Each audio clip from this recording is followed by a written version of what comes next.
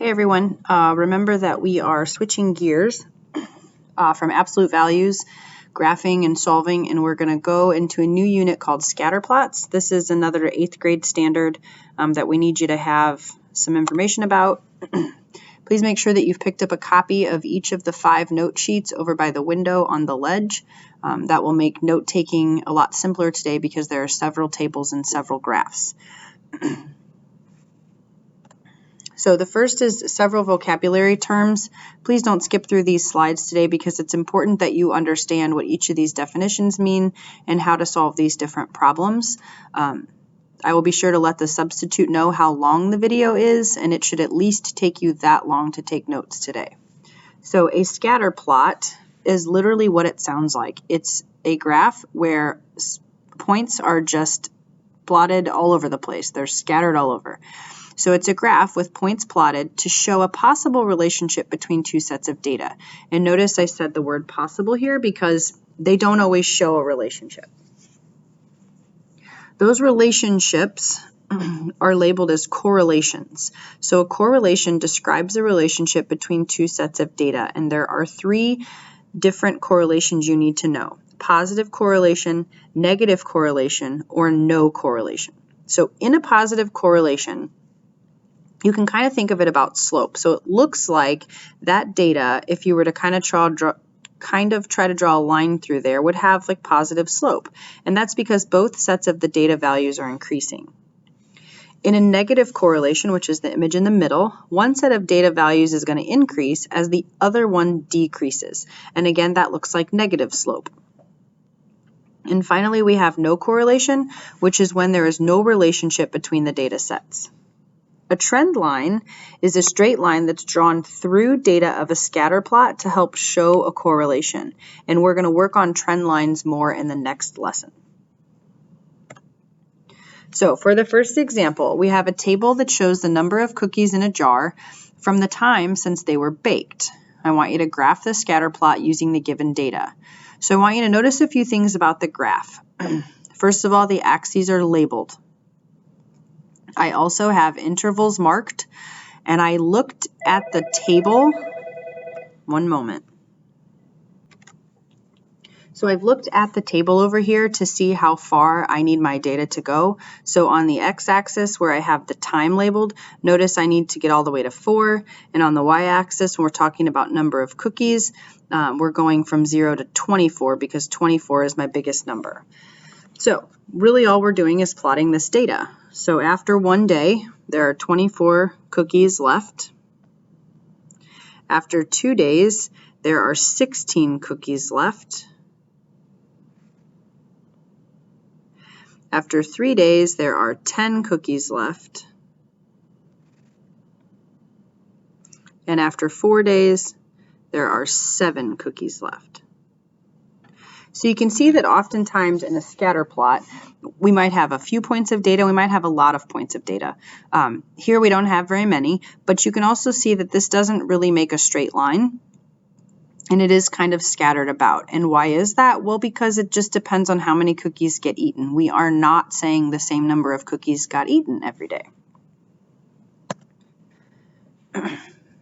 Number 2, again, we're going to make a scatter plot, but the football team scores, this is an example of football team scores for the first 4 games in the season, and we're going to draw a scatter plot.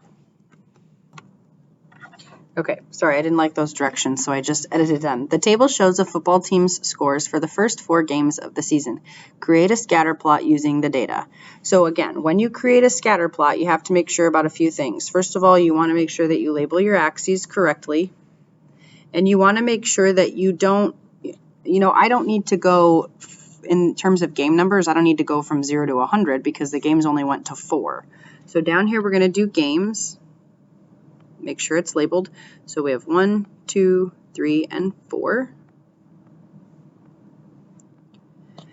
And then the scores range from 0 points up to 46. So I'm going to run my y-axis up to 50, 10, 20, 30, 40.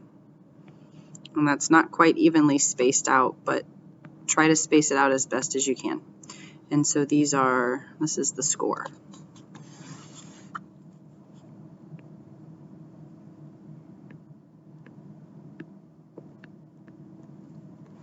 And now we're just going to plot the ordered pairs. So 1, 6, 2, 21, 3, 46, and 4, 34. So again, this is not a linear relationship. This scatter plot kind of bounces all over the place. You can think about different reasons why a football team might score more or less points. They're getting better as the season goes on. Maybe they're scoring more points. Maybe the competition is tougher as the season goes on. You might score fewer points. So you never know in terms of why the football score is what it is. But here we've got our scatter plot. Next, we're going to talk about correlation of scatter plots. Remember that a positive correlation means both of the variables are increasing, and a negative correlation means one's going up and one's coming down. No correlation means there's no relationship at all. So in the first example, we have beach visitors. So we're talking about the average daily temperature along the bottom, and we're talking about number of visitors along the side. So this is saying as the temperature increases, what happens to the number of visitors?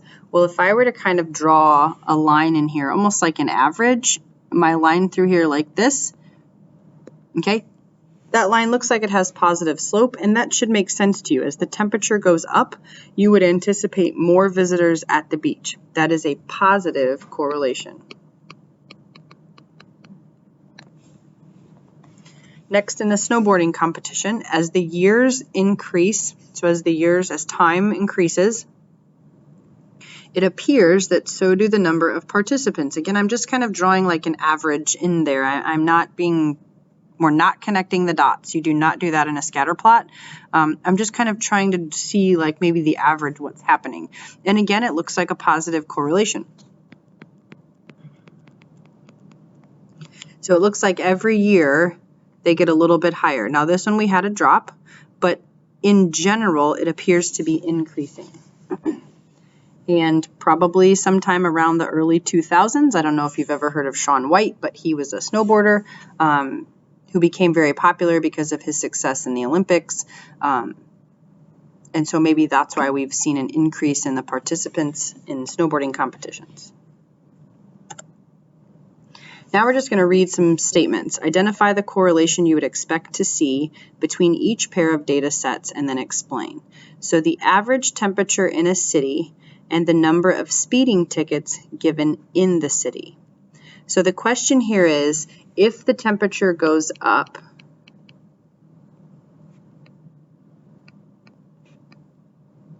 what would you anticipate the number of speeding tickets to do?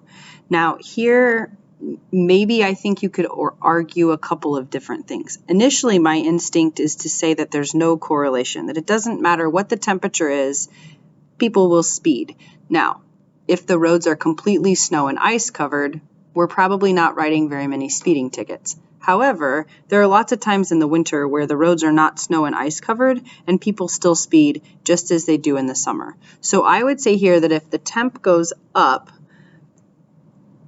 speeding still occurs.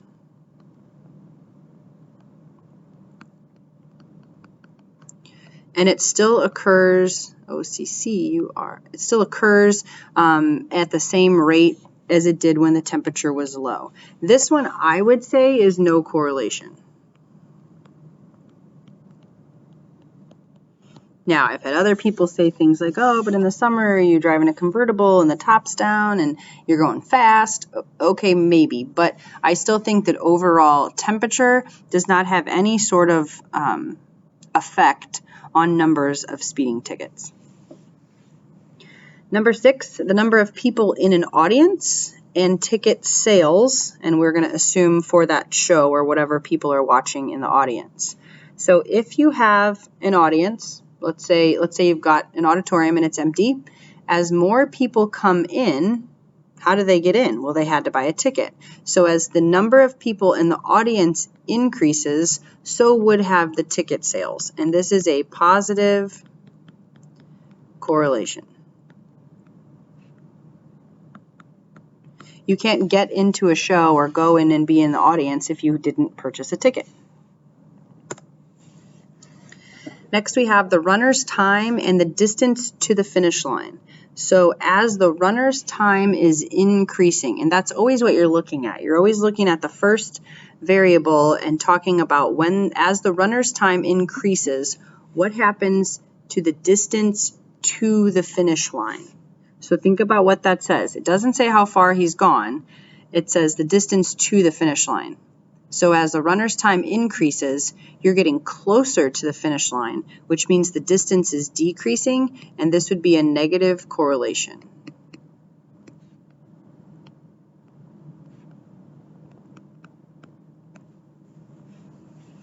Finally, number 8 says the temperature in Houston and the number of cars sold in Boston. So hopefully you can recognize that the temperature in Houston and the number of cars sold in Boston don't have any kind of correlation.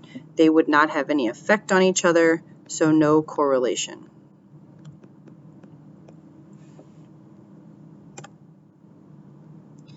Choose a scatter plot that best represents the relationship between the age of a car and the amount of money spent each year on repairs. That should say spent. So we have graph A, graph B, and graph C. The age of a car. So as a car gets older, as the age increases, what would you expect the amount of money to do that you have to spend on repairs? And hopefully you can see that as the car gets older, the repair costs would also increase because there are more things that would go wrong or break down on the vehicle. That's graph B. Graph C shows a negative correlation. As the car gets older, we spend less money on repair costs. I don't see that to be true. And in graph A, we've got this weird data point back here. We typically aren't negative years old, so time always is going to be positive, so that's why graph A won't work. Number 10, the scatter plot shows a relationship between the total amount of money collected at the concession stand and the total number of tickets sold at a movie theater. Based on this relationship, predict how much money will be collected at the concession stand when 150 tickets have been sold. Use the trend line to make your prediction. So this trend line has been drawn in as like the average. And again, we're going to talk more tomorrow about how to actually graph that line in there. But this is what's awesome about scatter plots. We're going to make a prediction. Okay, we only sold about 50 tickets, maybe 55 tickets, and made a certain amount of money. But now we want to know, okay, well, how about when 150 tickets are sold? So this graph is going by 20s, 20, 40, 60, 80, 100, 120, 140, 160. So 150 is going to be right about here. The question is, predict how much money will be collected at the concession stand when 150 tickets have been sold. So if we draw this back over here, the money lines are going by 100. So this is 800, that's 700, so about $750. And again, you know, it's an estimation, but you should be somewhere between $700 and $800. When you're finished with this video, you need to show it to Mrs. Blomeke, and then you'll need to work on the worksheet. If you do not complete the worksheet, that is homework.